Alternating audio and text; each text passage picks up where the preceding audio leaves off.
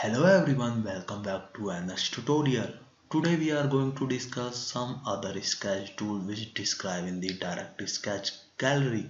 First of all, click on the down arrow button and choose the ellipse tool.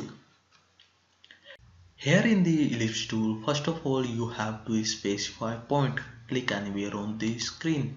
By default the major radius is 50 and the minor radius is 30.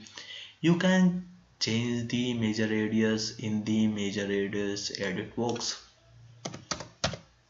and you can also change the minor radius in minor radius edit box, and you can also draw the ellipse at angle by change the angle in the angle edit box.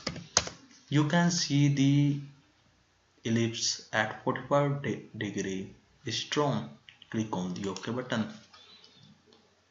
You can also draw the elliptical arc by using the ellipse tool. You have to unclick the closed and specify point. You can see the ellipse arc is drawn where the start angle is 45 and the end angle is 270. You can change the value in the edit box.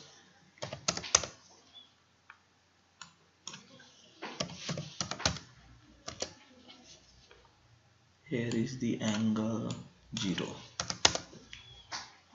You can see the elliptical arc is drawn. Thank you for watching.